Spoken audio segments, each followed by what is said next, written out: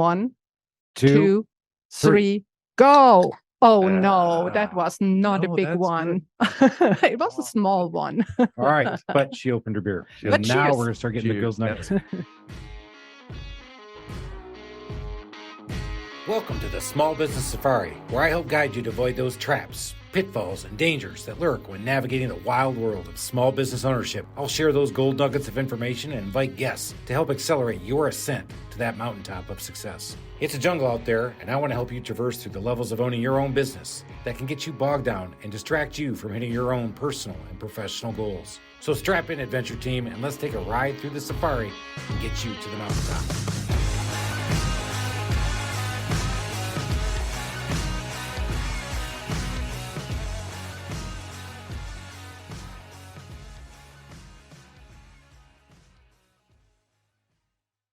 All the good stuff.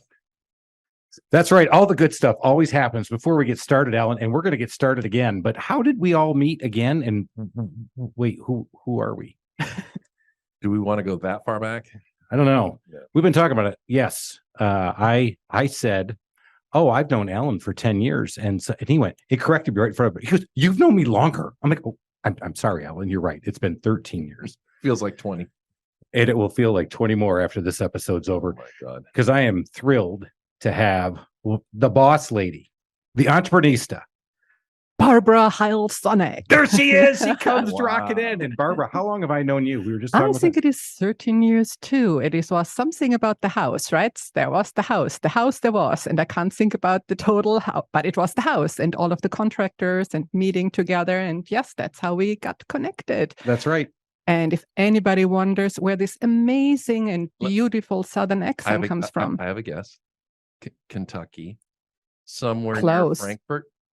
Oh. Frankfurt is good. Frankfurt is good. All right, everybody, guess the accent before we get started. Frankfurt, is that where you're going with? Frankfurt, Kentucky. Kentucky. Yeah. Well, I think you're a little off. I wouldn't even hazard a guess with my Jersey? inability to understand geography. Well, it comes down. Frankfurt, that's where I fly in. And then it's like 1.5 hours east. Würzburg, beautiful wine country and area. Würzburg. That's it. What kind of wine? Rankenwein. That's the Silvaners. Wow. Scheurebe. Chris is a wine snob. Your wine snob. I'll drink it. I don't even know how to say that again. It just sounded cool just listening You to are it. so smitten by her accent. I love the accent. Are you kidding? I I care told you. less what she's saying. She could read the dictionary and be like, "Oh, that's Oh my awesome!" God. And over the years, I say it all the time. She's the boss lady, the entreprenista. She's got home staging all wrapped around her little finger. Or okay, maybe me. Yeah, you represent. All right, everybody, let's kick this sucker off. Let's go Small Business Safari and let's go drop some nuggets, learn some information, see what we got going on. But before we get started, we got to say Cheers. cheers. Cheers. And cheers to Barbara Heil Sonneck. So, Barbara, before we get into this, you can do it better than me. Who are you? Where'd you come from? And then let's start jumping into some great questions. Absolutely. Thank you for having me today. My name is Barbara Heil Sonneck, and I am the ENTREPRENISTA, the boss lady, and I am an expert in ROI home staging. Why I say ROI, it's all about the return of investment. Love it. Before you got into this business, though, did you jump right into home staging or what did you do before this? I was corporate.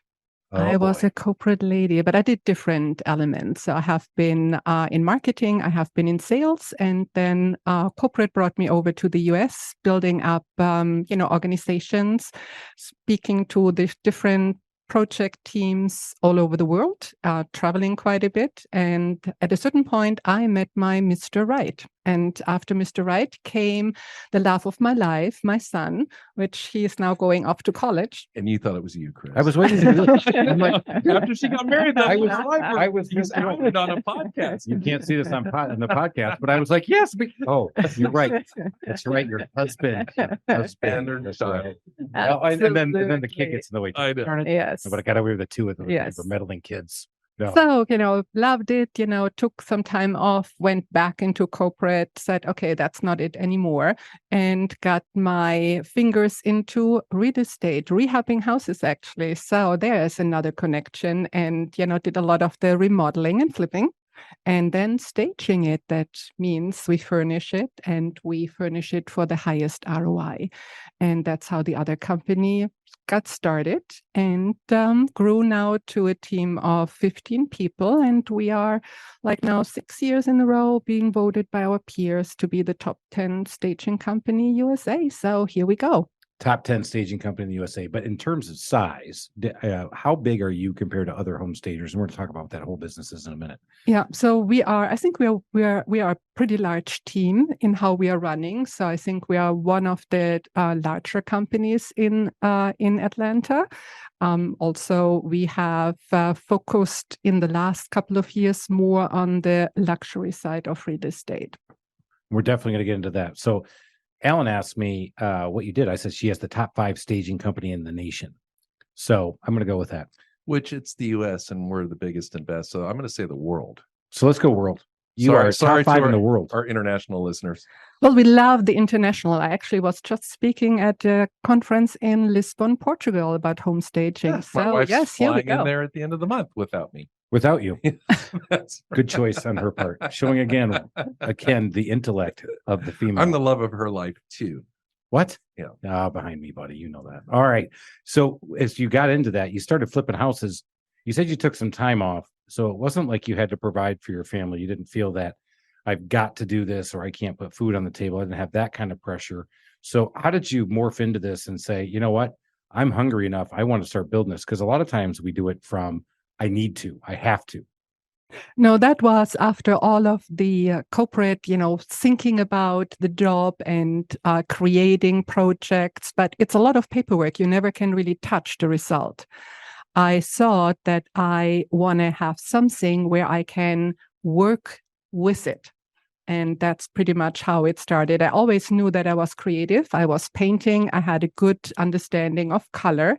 And the one thing I didn't know is that I'm born as part of the 10% of the population, which there's a 90-10 rule. Not sure if you have heard about it, but what it means is 90% of the population, they can't visualize. They can't things build them up 3-dimensional. What they see is what they get. So they have a hard time visualizing how a space could look like. I see that in real estate all the time. I mean, we'll have an absolutely perfect building for somebody, but they're like, no, I needed this many offices. And I'm like, but you have this open space here that you can put them in. And they can't visualize it. Really? I did not know the 90-10 rule. It drives me nuts. Yeah, it is. Well, it must drive you nuts 90% of the time. Yeah, 90% of the time. Look at me, yeah. I do math. Yeah. So in that part, if you think about it, absolutely. But so when we're talking about ROI, it's really what is the target audience, and how many of the people can really understand the space and can see all of the value a space can provide. So do you always use your furniture and accessories, or do you ever use the clients?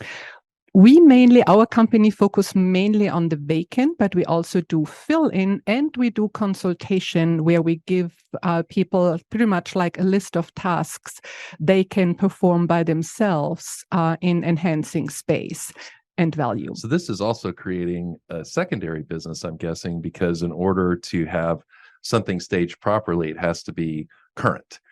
So in a couple of years, all the furniture and accessories you have may no longer be current. You have to dispose of them and get new. We're not really disposing. What we're really trying to do is to sell it out of projects.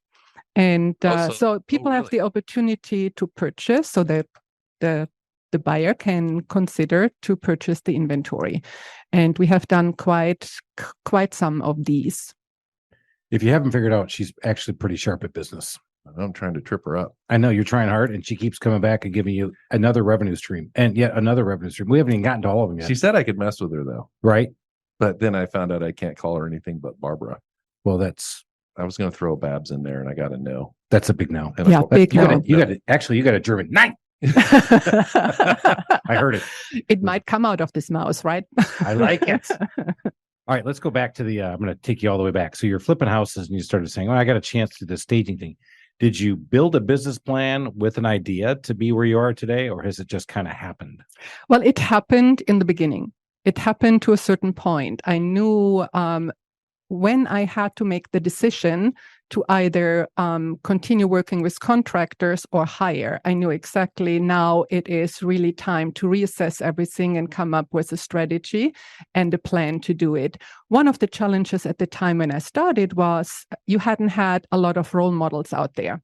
So it was still a new developing industry. So there was not a lot of people you could go to and ask, okay, what can you do? Or courses or education, how to really set up a staging company. There was a lot of single entrepreneurs or single business owners who did what they loved doing, but there was not really an established concept. So that's what we and other big companies throughout the US were starting to build over the years and have built over the years.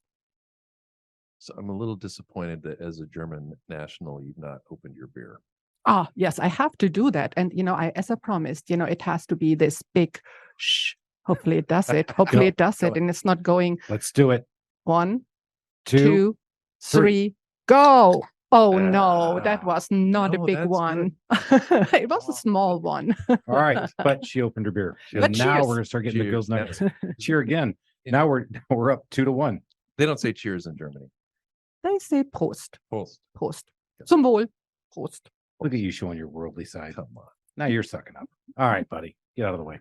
I'm back in.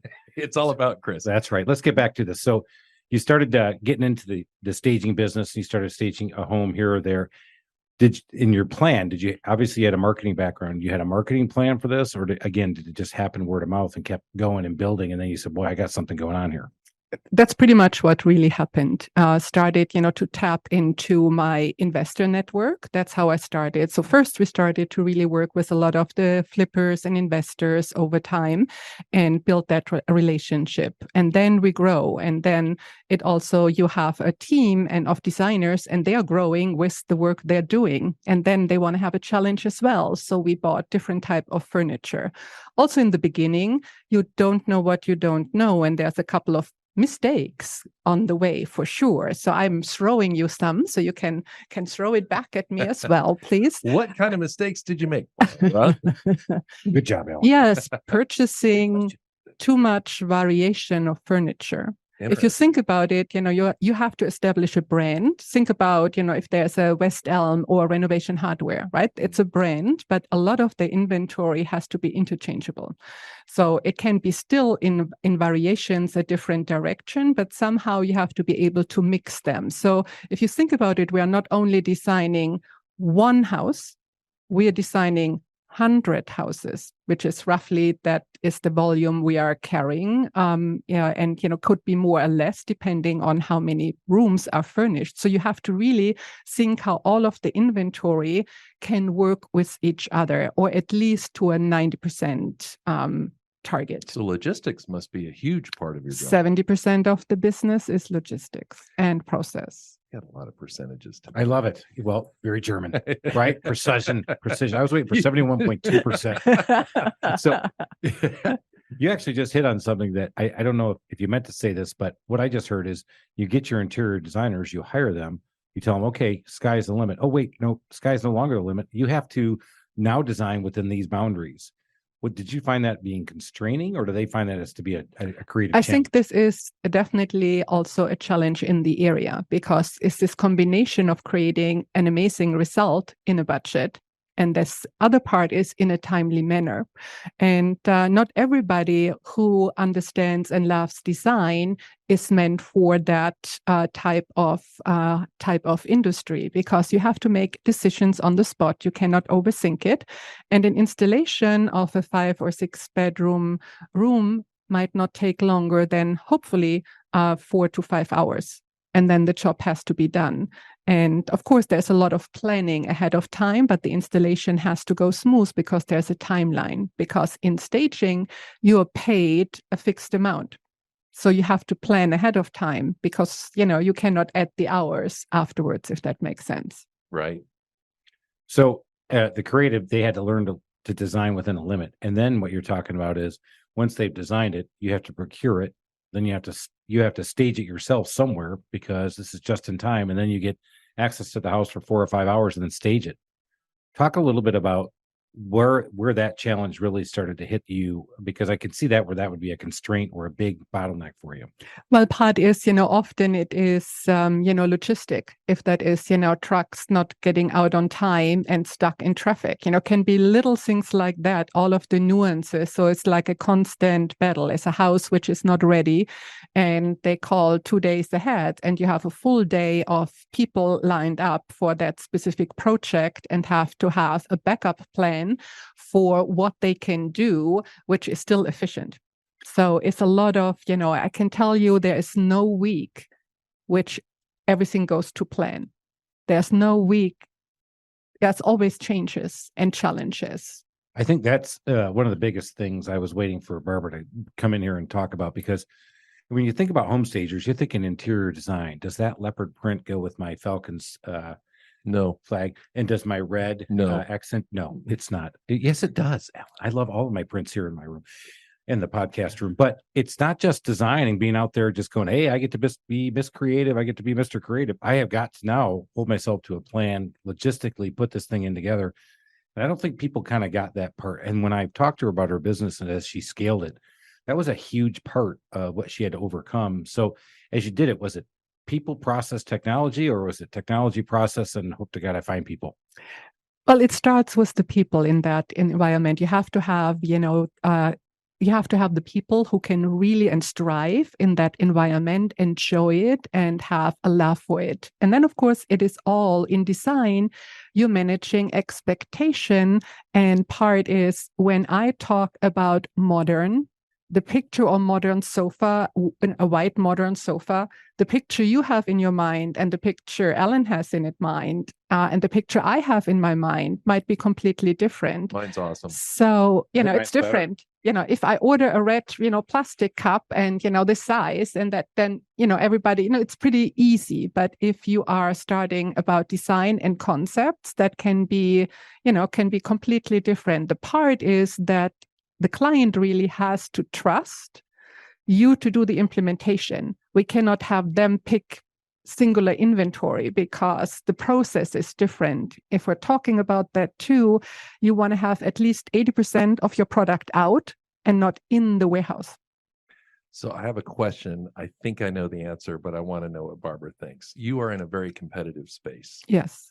And now you're the 5th largest in the world, let's say. World. Yeah. Universe. World domination. Boss lady. You heard it here first. What is it that you do differently that allowed you to just rocket to this level of success? I think number one is it's people.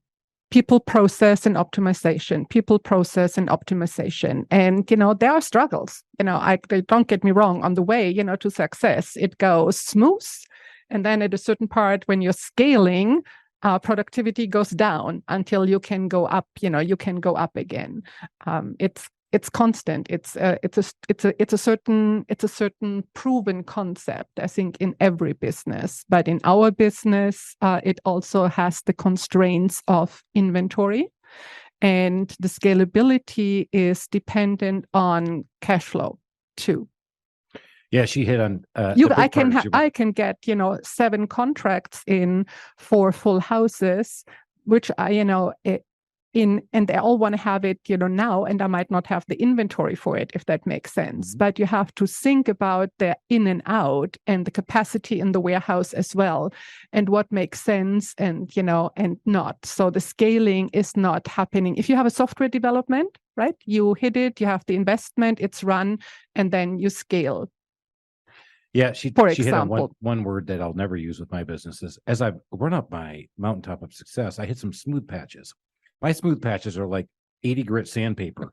Usually I'm rubbing my face against a cheese grater as I'm trying to go up. But you said as you continue to scale, and what you can't see on the podcast is you put your hand up like you're going up in the air, and then you put your hand down like you're going down on the ground, and then sometimes you actually get to go horizontal. Mm-hmm. And sometimes that feels really crappy until you can embrace the suck and start to figure out your way to go back up.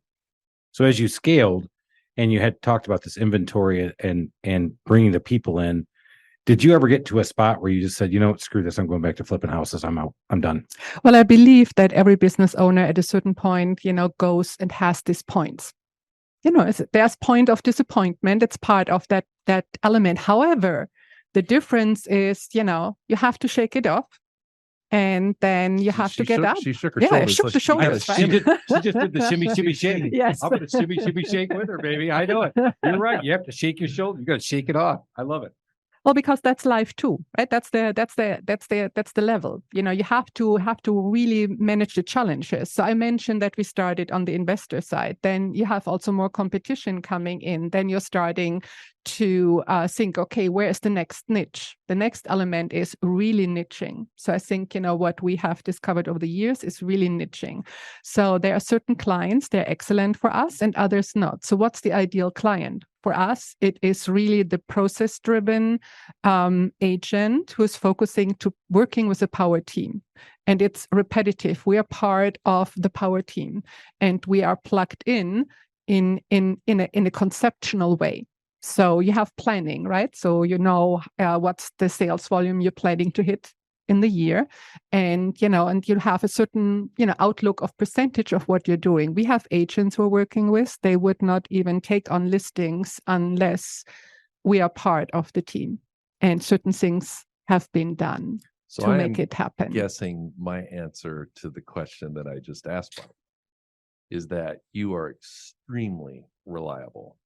They know 100% that they can count on you, and that, I think, is because you're a corporate person, you're a business person, maybe even a German business person first, who happens to be creative, as opposed to a lot of your competition, I think, is probably really creative and they don't have that business. So they can talk a big game, they can paint a great picture, but when it comes to executing and delivering, and in this market where costs are going crazy and everybody's short staff, they know that they can count on Barbara to deliver. That's what I'm guessing. Absolutely. And that's it. And things can go wrong. Sure. Example, last week we had a new installation of a brand new property around, in the city from a builder we have worked with since years. Like, it's a multi-million-dollar property.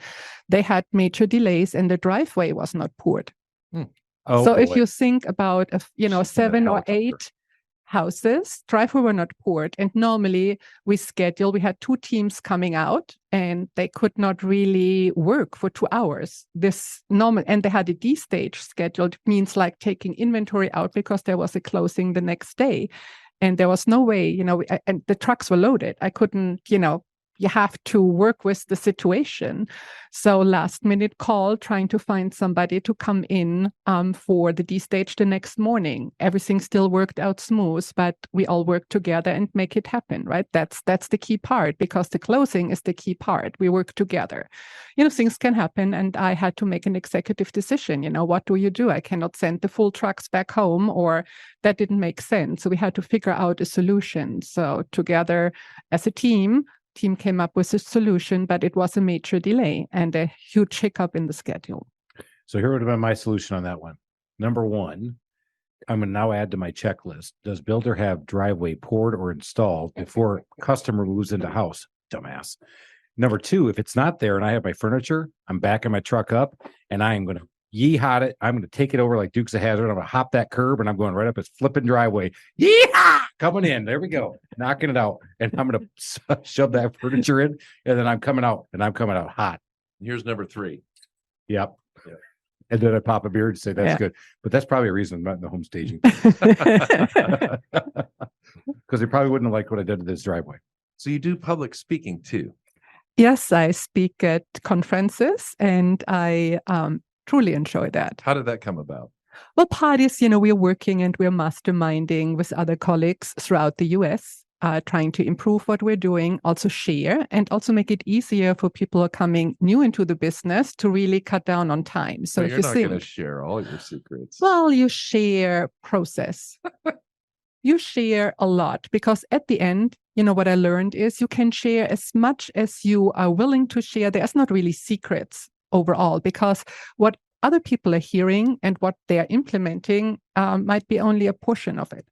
I'd say she could share absolutely everything, including her books, and I still don't think these guys would be able to. Well, you do the same thing. I do. You'll open your books. I have. Yeah. So Alan brought up that I've done this before. I've had a a smaller handyman say, Chris, can I come talk to you? I said, yeah, man, come on. And he came up and he started asking questions, and he's asking these veiled questions. And I said, do you just want to see my books? Yeah. I said, all right, man. And I flipped my screen around. I'm like, here you go. He goes, why are you doing that? I said, because what we do is really flipping hard, bro. And You didn't say flipping. I didn't. No. I dropped it big time. Yeah. Because it's hard business. And yeah, I'll show it to you, and it's not sexy business. It's for us.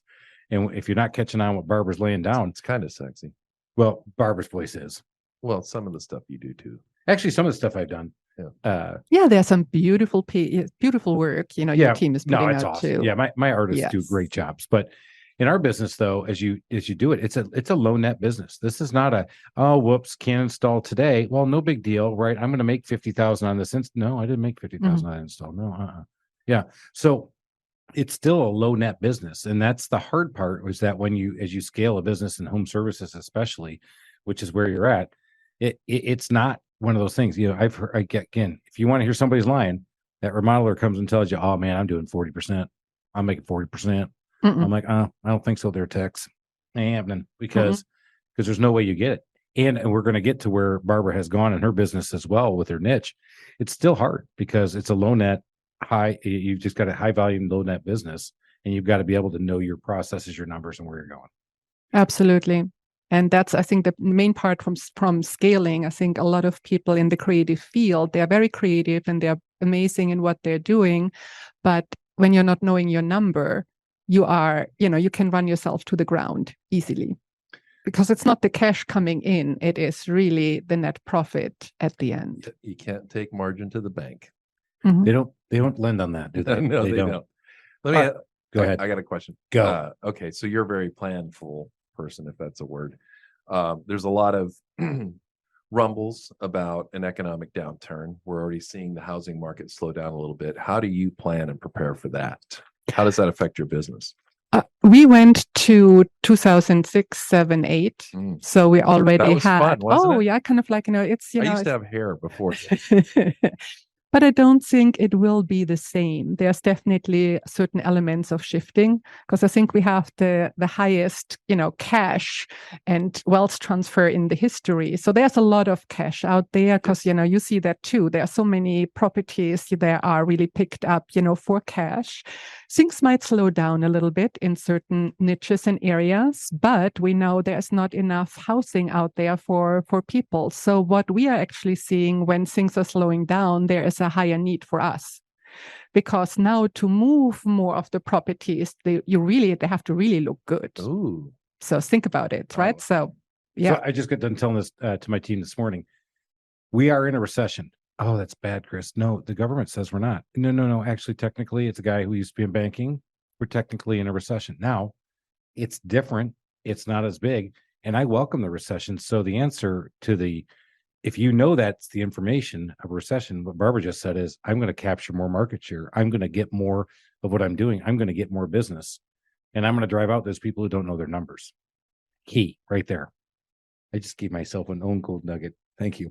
Way to go, Chris. Yes. Thank you, Chris. Yeah, don't throw out your shoulder. Absolutely. Yourself on the back. You have to always look. As an entrepreneur, you always have to look for new possibilities and new services you can add to your portfolio. I think that is the main part. You cannot stand still, and you have to differentiate. Right? Could be little things. It could be everybody's only in real estate. So what are the added services you can provide?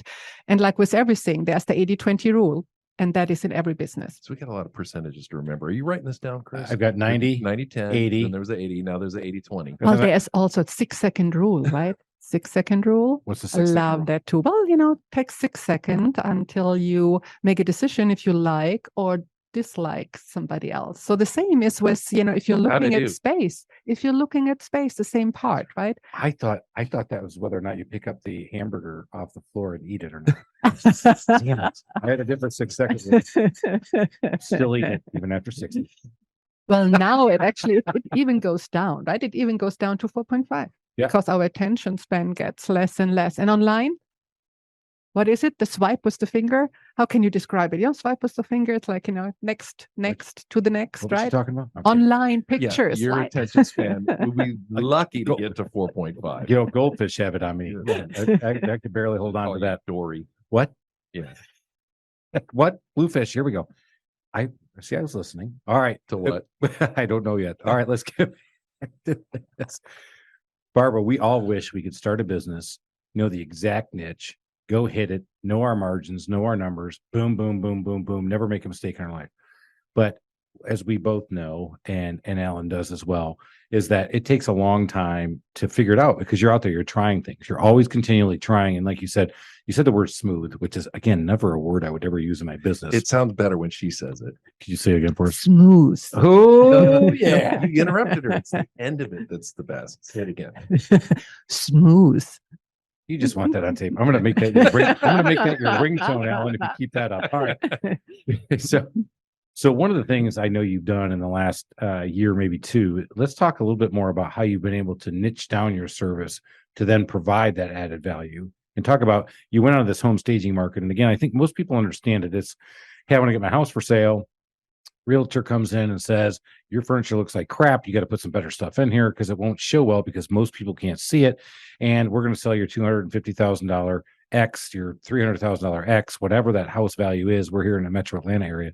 But you've decided to go upscale and go more into the luxury market, which there's a lot less inventory, a lot less opportunity up there. Talk about how you were able to make that move and get to that and what that's done for you. Well, and again, think about inventory. It's not a decision, it's a decision you can make from today to tomorrow, but it's not a decision you can implement from today to tomorrow because all is depending on the inventory. So it is over time, we talked about it, that, trends are changing. You have to always stay on top and then you purchase every year. We're running roughly on $2 million of inventory retail value, if you think about that. I'm thinking about that. I got to pause for a minute. It took my breath away. You heard that, right? I did. And I was actually just trying to think of what percentage of that inventory is deployed at any given time. So 80% of the inventory is 80 out. is the number. I think that's going to be your title. 80% podcast wins the day. So yeah, but you have to have 80% out there because that's what's turning the money and being able to allow the part is exactly because it's not the warehouse or the size of the warehouse which really matters. It is, the size of it's the project, right? It's the project. Sorry. All right, if inventory is in. You just told two men. It's not the it's not the size of the warehouse that matters. Yes, it is. Yes, it is. Well, it's what you do with it, Mel. Yeah, that's what right. you do with it. So you don't use the inventory you have. And here we go. All right. Not sure if we can go back to business after that, right? Hence the beer. Cheers. Yeah, Yes, I think cheers. we all need Woo, post. and that's only 2 beers in. All right. So Barbara, you have scaled. How big is your work? I'm crying here, right? So I'm crying. Now, So here's the part. Why can't you push it to 90%? Let me ask you that. Well, you do now and then. Okay. But it's like you have to have a base and then it's fluctuating in between. You need to be able to say yes at any given time. And that's where that point, right? Well, you don't have to say yes at any given time. That's not the part. It has to be strategic, right? So it is like, it's coming about the amount of calls, the relationship, the projection of projects. And of course, there's only so much you can plan for. Another example, and dealing with it too, you never know when the house sells. Right. So you don't always know. I think one of the biggest challenges in our business model is that you cannot project when product comes back. Yeah, you don't know when it's going to sell, and you don't know if they're going to actually purchase the inventory that's in it. So Yes. you've got a big So your management is ball. so the management, it's so closely to the real estate market. So you have to stay on, is it now, what is happening out there? What is selling overall, right? It's the market data and trend gives you your outlook. And based on what overall happens in the market, you have to project in or out what is happening. There might be a push to sell more inventory. Or there might be a slowdown in offering to sell inventory to balance the flow, because it doesn't help you to get too much inventory back at a certain point, because then nobody can work in the warehouse anymore. So again, a lot of planning, a lot of little elements. And I think that is one of the biggest challenges in this business model and on the planning side. And that's why you have more smaller businesses with, where you don't have to do all of that planning. It's more that small, it's probably like 5 houses or 6 or 10, and you don't care. You have everything under contractor base. So if you get a little low on inventory, you can just suddenly say that this isn't for sale on the houses that you. Well, we currently- choose pretty much based on what projections are. As I said, there's a lot of, planning going in, and, there's only so much you can plan, but you have experience, plans a lot, yeah, You have to plan a lot. If you haven't picked that up, it's so not about design and picking out colors. And that's obviously where your passion is and fun, but to be successful and to grow like you've grown, you've had to stay disciplined, know your numbers, and I got to know the market. I got to know when things are going to sell. I got to know when those items come back to my warehouse, I can deploy them. I got to know if they're still in style, which brings me to a question. I've done a little home staging myself, but I have this green shag carpet from the 70s. I keep moving from house to house to house. Is that still in style? you joke about this. So I went through a house that was for sale, and one of the rooms had that fake strand of ivy wrapped all the way around the room, and in the corner was a human skeleton. No way. Yes. And and you always hear from realtors, oh, you have to declutter. And I was just thinking, what was going through that homeowner's mind? He's like, you know what?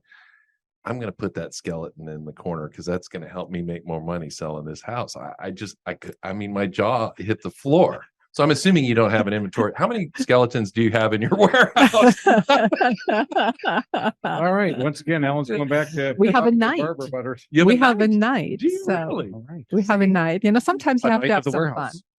No, it was really one project where we had the night. He was in two projects. Really, the night was in two projects. It was like, it was the perfect space. It was a fun time. There was like a certain trend for a short amount of time. So you have to allow your design team to have a little fun with some purchases now and then. And these are the communication. Oh yeah, he has names. He had different names, and then he had Easter ears, and he had the Santa hat on when he was back at the warehouse. So we involved him in Is he some still fun around? element. No, he's gone. Oh, I was gonna say, He's is he for gone. rent? You need it, right? Yeah, that's right. Speaking of gonna- which, I so was you gonna do a rental business too, don't you? Well, we do. We're not doing rental per se. We do high-end executive long-term rent on a case-by-case part. It's not something we highly advertise because it is more a selection, but we have done that if there is a ball player or somebody coming You're not in on for the a list, year. Chris. I'm not high end. I don't think so. She's basically saying that she wouldn't do that for you, but I might be a ball player. yeah, Pickleball? No, I don't even do that. Golf? No, I definitely don't do that. And I know Barbara's a golfer. And I did just shoot a 38. I have gone the other way. what'd you get on the next 3 holes? How about the next 9? I got 38 and 9, big boy. Don't ask about the other 9. That's the They other. still have a You par pick and three? choose. I kept most of the clubs. That's even better, which is a win for me when I play. Yeah. All right, going back. Back to the ivy, right? Back to the ivy. So Yeah. again, it comes down really. HTTV has completely changed, perception and expectation setting of buyers today, right? So what it does to houses, if you have some of the older colors, the older, trend, it was 20 years ago, right? That dates the house immediately. Therefore, it's already reduced in value because people today want to have a move-in ready product, right? You know that, Alan, kind of like that's a 90-10 and the younger generation don't want to do and work with repairs. So this is like anything. So it's You didn't want to do anything when you moved in your house? No, the younger generation do better, Chris. Wow. Look at you. This is where the old curmudgeon of Alan comes out. The younger generation, they're all lazy. They don't do anything. No, it's not. No. My day. Well, other values, right? Other kind of like things they are excellent in. And, we might, technology, kind of like, how to, work certain things. That's where I have the sun, jump on right? the bandwagon, Chris. That's right. You're so holy. You're so sanctimonious. Because I love Yes, being you're positive. Absolutely. See, That's Alan? just a ray of sunshine, Chris. my glass is always half full. Always. Yours is I'll half attest full to of that. urine. Ouch. Oh, so much. I have to test every time I get together See, with whenever Barbara. we get a higher class guest than we are, we really clean it up. I'll drink to that Yeah. actually as soon as I get another beer. I'll get you one. All right. It's covered in bacon grease. Thanks Thank to you. Yeah, well, that was from our great UGA Oregon game, where UGA. You were gonna look for an opportunity to bring that up. So this episode and this episode. Did of our you notice podcast I'm is wearing brought to you- black? I did, because you should be mourning. This episode brought to you by the UGA Football Alumni Club. All dogs, all day, all on top, national champions, and Oregon Ducks suck. Here we go. All right, back to the regular scheduled broadcast. Here we go. Back to Barbara, because this is why we're here. You just cut out one of the 50 states from our listenership. Well, Thanks. Oregon, do better. Actually, give me better craft beer, and then I'll bring you back in. And Oregon has good wines too. Yeah, And we do like their wine. Noirs. Willamette Valley. I know that one. Willamette. Say it right. Willamette, damn it. Sorry. Jeez. All right, back to Barbara, because that's why we're here. Sophisticated. Okay. Are we back? Yep. All right. She went niche down. She goes up luxury market. Have you had to say no to people? Did you have to go back and say, guys, no, that's a no. Can't go that way. Well, parties, I think, you're not saying no. Parties, at a certain point, you had more competition, and a lot of new businesses start in the lower scale, if that makes sense, because you have to invest in product first before you can utilize it. So you start most probably on a smaller scale, on smaller condos and or flips. And since that market got very competitive, I decided I'm going out of that market to the next level. And then when you're around for a while, you meet more people. So you with your clients, you grow. So as the clients grew and scaled up, our business grew and scaled up. I want to ask a question. I'm trying to ask it tactfully. I'm not asking you to divulge personal financial information, but with all due respect, here comes the absolute slander. Go ahead. Yeah. I'm trying to ask this tactfully. Yeah. I mean, it had to take a ton of money to scale up like that and to make that decision. I mean, did you find investors, or is that No, that business, and from a concept perspective, it grew over time with the projects. But I originally, and that's normally what you shouldn't do, but when I started, I didn't pay myself. I really invested back into the business because I could.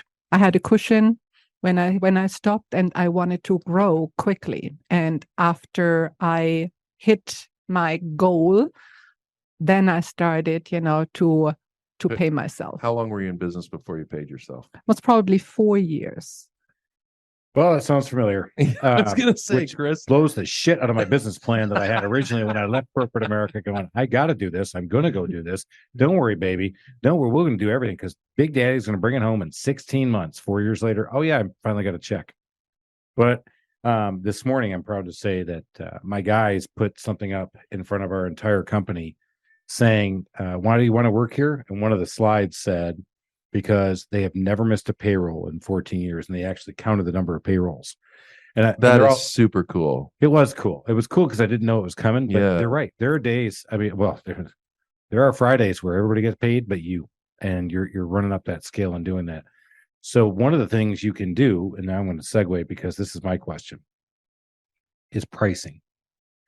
How do you set your level for pricing? Because you said I'm a very competitive market, and sometimes I found this with myself, is that I was actually negotiating with myself on pricing with clients, because in the home repair and remodeling business, sometimes you find yourself doing that. So in your place as well, there's not a set fee. It's not like, hey, for $100 we'll come out.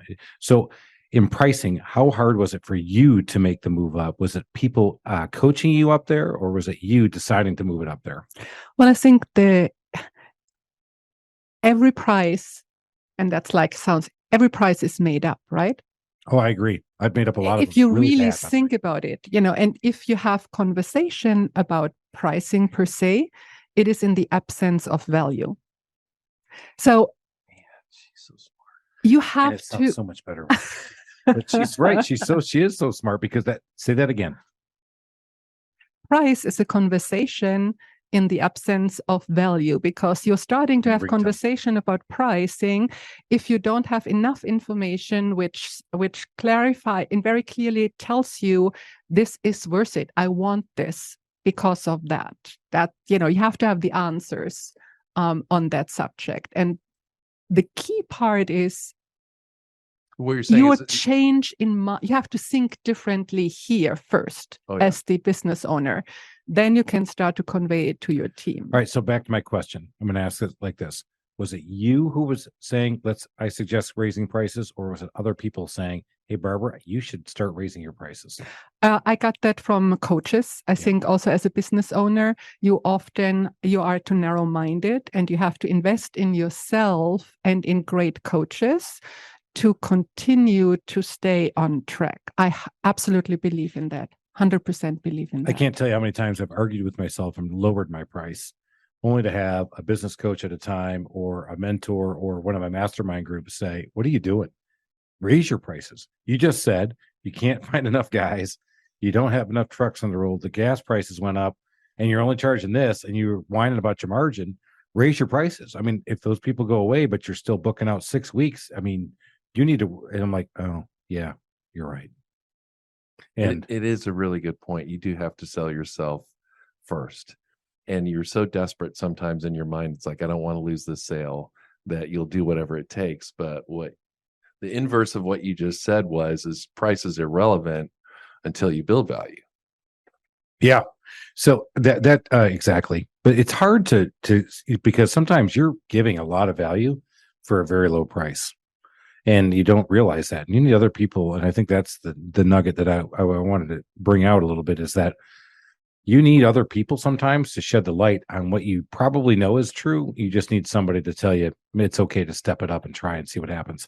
Did you start with business coaching? Not in the beginning, but the lucky part was that I was setting up organizations. That was my business. I was pretty much for corporate. I was setting up new organizations, but I had all the money in the world, if that makes sense, or not all the money in the world, but I had the corporate deep pockets. But I set up the organization, I set up the process, so there was already some knowledge there. But from the financial planning side, that's something I had to dig in deeper and learn more. So let's talk about how you brought in people to help you as you've grown your business. Let's talk a little bit more about that. Have you used the same business coach over the time? Have you jumped around? So tell us a little bit about how you did it and what your evolution was. Well, the evolution was that first you're starting to collaborate also in your industry, trying to find the same like-minded people, but not specifically in your location, because there's still an aspect of competition, even though we are working here in Atlanta with a lot of other staging companies and also refer business to each other.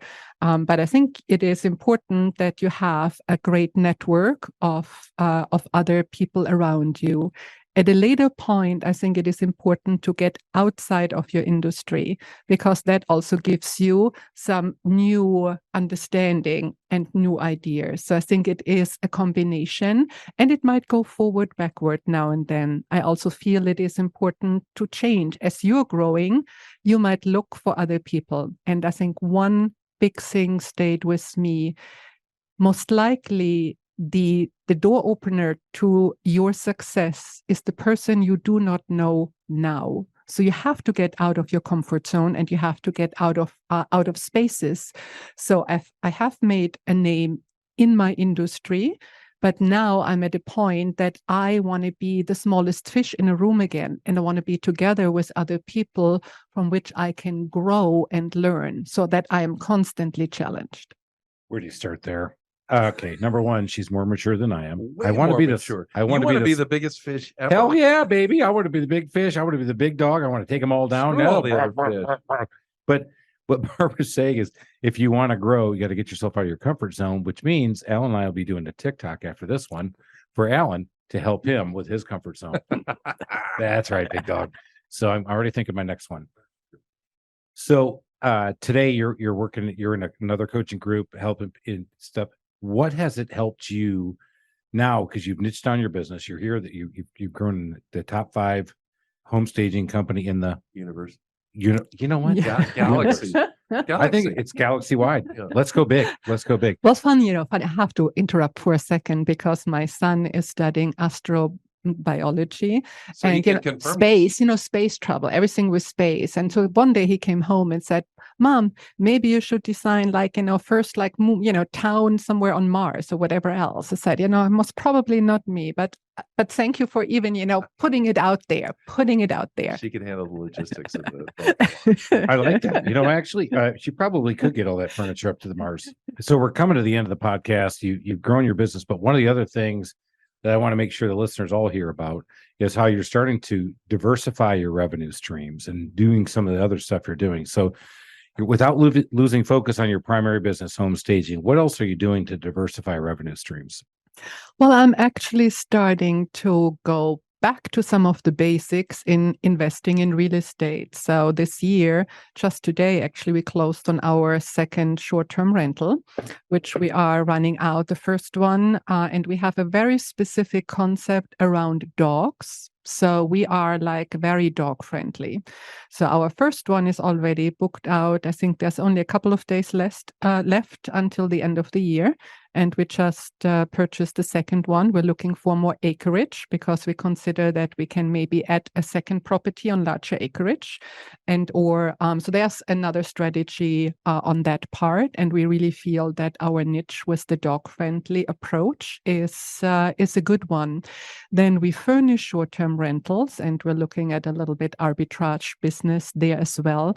But my key focus there is to align with apartments and apartment builders. This year also I started investing in apartments. So that is, the next part of the level, and, going into groups where you have a direct in with the HOA is important, specifically in the Atlanta market, I feel.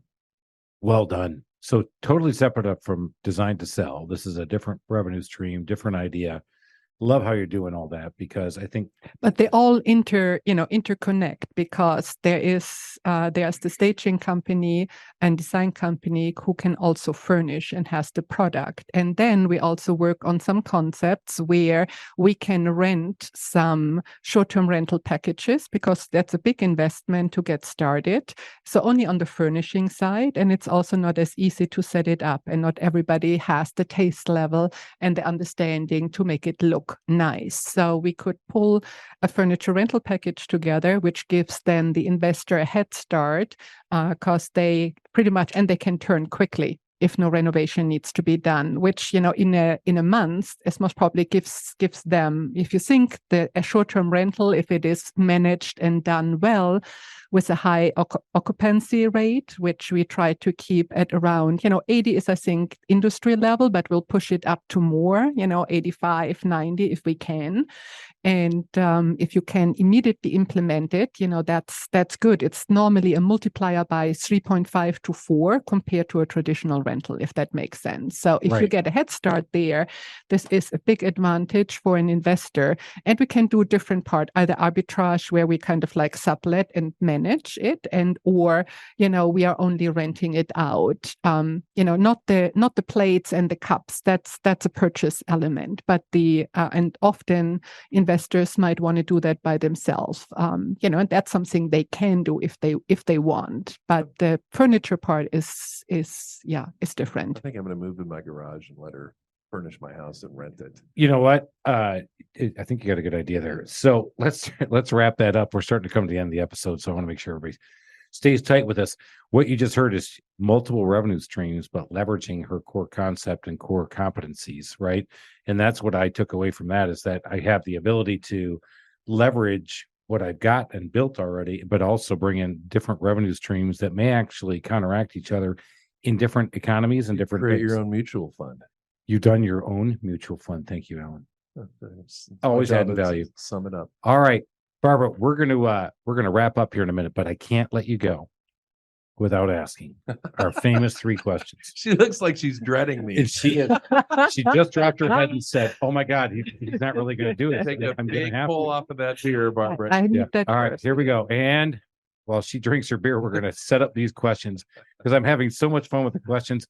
I actually just got hit up again on that over the weekend that says, "I love the questions. Why don't you start with those?" I said, "Because I want you to listen to the whole thing."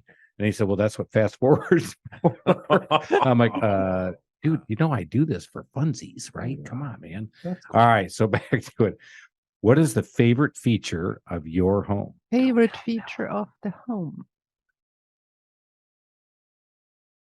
Well, it's a unique element, but I love, I have a love for living rooms, if that makes sense. So I really enjoy the creation of living room spaces. So you like sitting in your own living room? I like that too. Yes. Okay. All right. So that's the favorite feature of your own home. Of my own home. Yep. All right. All right. When you go out and you're getting serviced in customer service, one of the things we talk about, because we're customer service freaks, is what is a customer service pet peeve of yours? Education.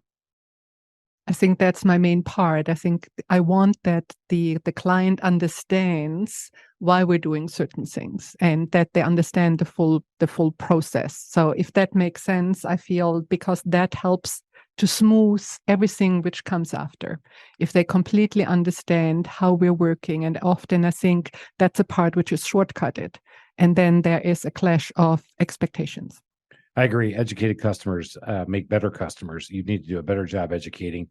Marcus Sheridan says it the best. They ask, you answer. The more educated they are, the more informed they are, the better customer they are. I just had an example of that where I walked in and this customer had it all laid out. Everything. They had looked at my website. They knew what they wanted to do.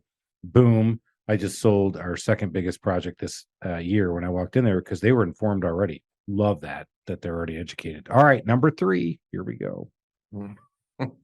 Give us a DIY nightmare story working on a house. I think I remember, there's always a lot. So, you go back, okay, which one is really the major nightmare? I think if people invest and really start and trying to do their best to stage by themselves, but they don't have the right product to utilize it. You might have a bed left, you might have a table left, you might have a couple of chairs, and you're trying to, what you still can do is, showcase how, product can be placed, but it's not creating the lifestyle. And therefore it's controversy to what you're really trying to accomplish.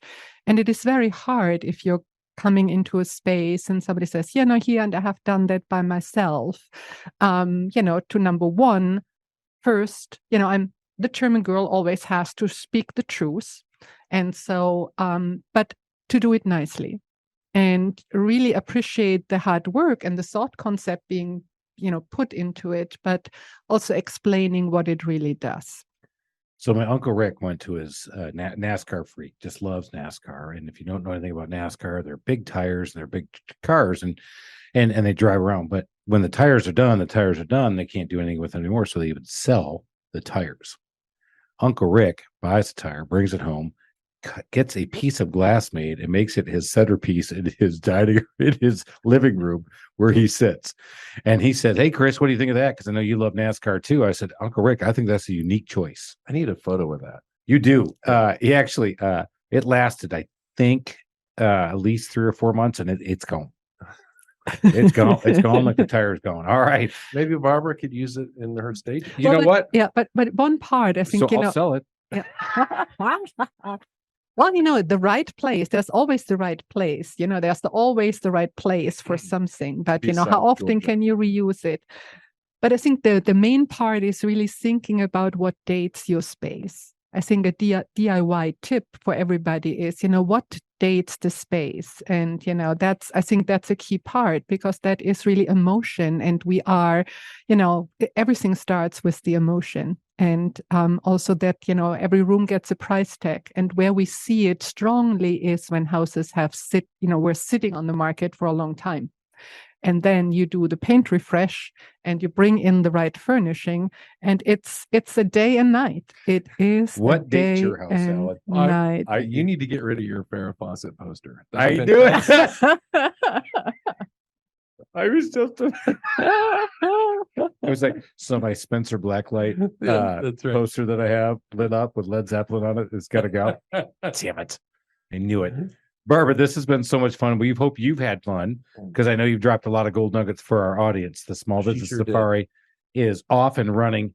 Barbara, how can people get a hold of you? And why don't you go ahead and take a few minutes to tell us about what you can do and how we can get in contact with you? Absolutely would love that. So best is to look, number one, at our website, home design the number 2 sell.com, or give us a call. That's also on the website. And, now I am, I feel so bad because right now I have my phone number. I don't have our phone number in my head. So kind of like, sorry, can't do that right now. We'll put it in the show links. Yes, but please. We got you. Well, parties, think about when you're putting on your market, you have the 6-second rule too, right? It's only one time you can make a first impression. And that makes a huge impact. What happens if a house is not selling over time at a certain point? The value goes down at a certain point, there's a price drop. One of the biggest saying is your investment in staging is always less than your first price reduction. And on that note, we say, keep going up that mountaintop of success. Make it happen. Keep driving each and every day. Make it up there. And it's not as smooth as you think. Sometimes that cheese grater takes your face right off, but you will get back up and make it happen. Make it smooth. Until next time, Hasselhoff. Cheers. Cheers. I thought it was a different word, Alan. Oh my God, you just killed the ending. Oh my God. Thank you for listening to this episode of the Small Business Safari. Remember to keep that positive attitude, which will reflect in a higher altitude as you're out there making it happen in the wild world of small business ownership. Until next time, go make it a great day, Adventure Team.